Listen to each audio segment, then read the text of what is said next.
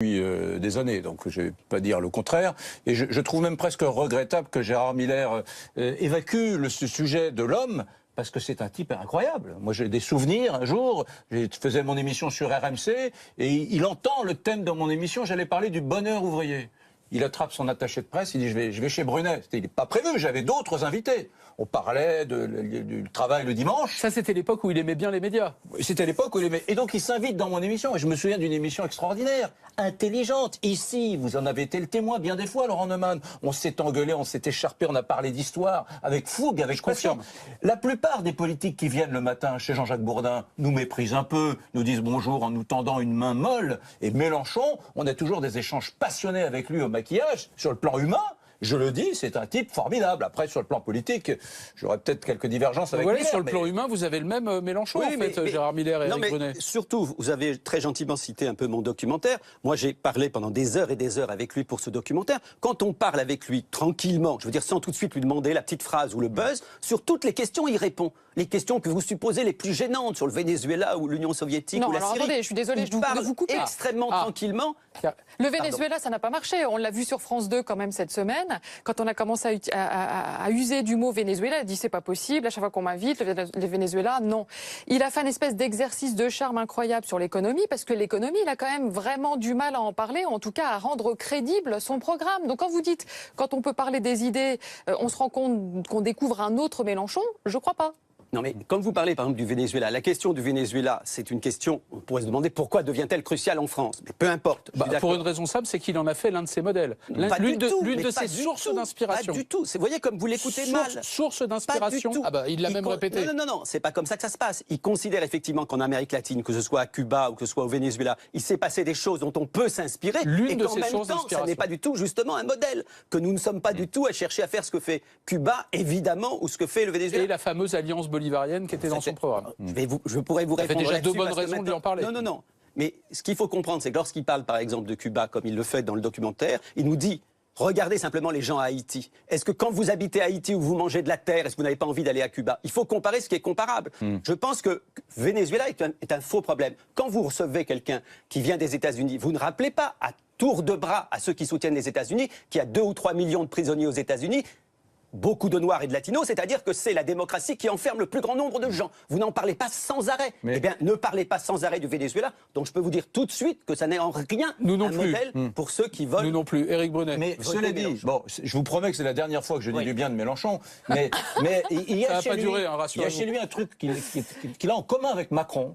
C'est, disons-le, un certain mépris pour le journaliste médiocre. C'est vrai que la médiacratie, c'est devenu insupportable. Les journalistes étaient brillants il y a 30 ans. Aujourd'hui, honnêtement, le niveau global a plus... Et donc... Parlez pour vous. Oui, bon, mais je parle pour moi. Je parle pour les 37 000 cartes de presse dans leur globalité. Honnêtement, c'est une population dont la sociologie est moins intéressante que jadis. Bon, c'est pas grave, je l'ai dit.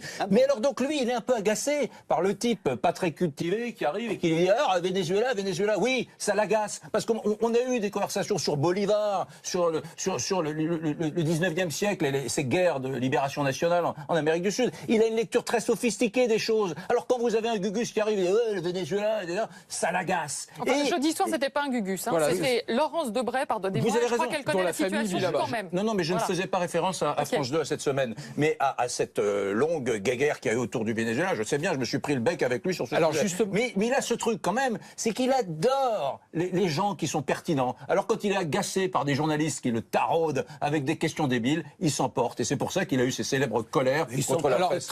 Je vais contredire Éric Brunet juste une seconde. Il est agacé par la médiocrité, sans doute. Il est agacé aussi quand on vient sur des sujets sur lesquels il n'a pas envie de répondre. Et d'ailleurs, c'est l'une des raisons pour lesquelles vous êtes avec nous ce soir aussi. Vous allez accompagner le lancement d'un nouveau média qui ne se cache pas derrière son petit doigt, qui est clairement proche de la France insoumise et des idées de Jean-Luc Mélenchon. Une chaîne de télé sur Internet. Alors c'est quoi? Comme les médias ne font pas bien leur travail aux yeux de Jean-Luc Mélenchon, on crée un média qui, lui, va être à la gloire de Jean-Luc Mélenchon. Ne me donnez pas tout de suite l'occasion de vous dire que vous ne faites pas bien votre travail, puisque ce média, précisément, a comme point de départ l'idée d'être bien au-delà de la France insoumise. On a justement fait un manifeste humaniste, progressiste, féministe, antiraciste, qui a été signé par des gens qui vont depuis, je ne vais pas dire qu'ils vont depuis Eva Joly à Laurent Baffy, en passant par Balasco ou par Montebourg. Donc c'est pas un organe médiatique à la gloire de Jean-Luc Mélenchon. Ça n'est pas Très bien. un organe organe.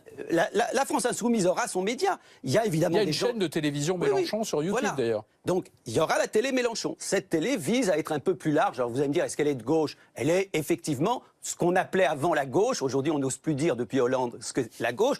Donc, c'est progressiste, humaniste. Mais pas seulement mélenchonien. Très bien, alors permettez-moi d'être taquin, Gérard Miller. Est-ce que mon ami Éric Brunet, qui dit du bien de Jean-Luc Mélenchon, mais qui parfois en dit beaucoup de mal, est-ce qu'il pourra être invité sur cette chaîne? S'il vous plaît, des petites piges de temps en temps. Mais Est-ce qu'il pourra venir donner son avis? Ce qui est formidable, c'est qu'on veut tester. Moi, je considère que je suis, tout en votant Mélenchon, aussi démocrate que vous ou qu'Éric Brunet, aussi démocrate J'ai aucun que doute. M. Macron, et que Mélenchon l'est autant. Donc, ce qui est amusant, c'est qu'on veut tester notre pluralisme par le fait, est-ce qu'on pourra dire du mal de Mélenchon? Alors, on ne fera pas la même chose que le Mélenchon bashing, vous n'avez pas besoin de nous pour ça, on ne va pas créer une chaîne spécialement pour faire ce que font déjà les médias mainstream, mais pour répondre à cette question, bien évidemment, je ne vais pas oser dire ça devant M. Brunet, des gens de droite comme lui, ou qui ne se pensent pas de droite, évidemment, comme la plupart d'entre vous, des gens de droite ont leur place. Moi, ce que je souhaite sur cette chaîne, c'est qu'on puisse parler autrement, si vous me permettez, que dans la plupart des autres télévisions.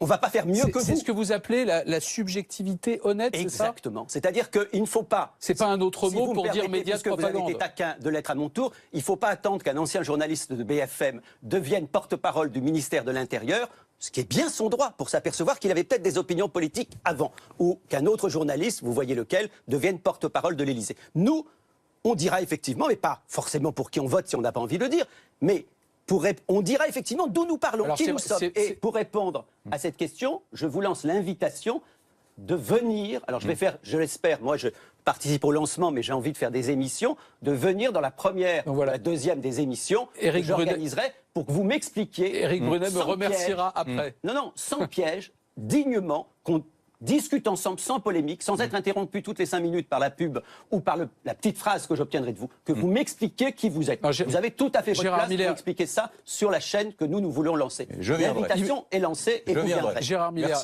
Merci. ma question, elle était quand même pertinente. Pardonnez-moi. Elle va être constituée, cette chaîne, de journalistes professionnels. Aude Rossigneux, notamment, que je connais, qui en sera la directrice de la rédaction, et d'autres journalistes qu'on découvrira, je crois, dans quelques jours, Dans cette semaine. La dimanche chaîne prochain, commencera à 18h sur Internet, on présentera les premiers journalistes. et la chaîne émettra à partir du 15 janvier Voilà. 2018. Mais pardon, ceux qui au départ sont à l'origine de cette chaîne, c'est quand même en partie l'entourage de Jean-Luc Mélenchon, on et est notamment plusieurs- sa responsable de communication. Bien Donc sûr. moi, de là C'est où ce je qui s'appelle suis, ne pas se je me cacher. trouve légitime à vous poser cette Non, mais question. Écoutez, justement, on a fait en sorte de ne pas se cacher. C'est-à-dire qu'il y a Sophia D'accord. Chirou, il y a moi qui dis clairement, je ne suis pas la France Insoumise, je suis le compagnon de route Compagnon de la France route de Insoumise. Mélenchon. Il y a d'autres personnes que vous découvrez ou que vous avez peut-être déjà découvert, qui ne se réclament pas de la France Insoumise. Donc acceptez l'idée qu'on puisse j'accepte effectivement... totalement. Non mais acceptez l'idée qu'on puisse effectivement être situé quelque part, on va dire quoi, à gauche, au sens large, mais être aussi écolo, il y a Noël Mamère, il y en a beaucoup d'autres qui ne sont pas mélenchoniens. Montebourg a signé.